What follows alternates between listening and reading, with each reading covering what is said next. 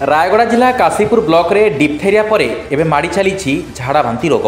झाड़ाबांति रे दुई जीवन चलीगला परे गरपुर पंचायतर लांबिरी गाँव में खेली जाइछि कोकुआ भय। गाँव में पाखापाखि रुहंती 80 परिवार आउ 80 परिवार निर्भर करती गाँ आरंभ में पानी ए नलकूप उपरे।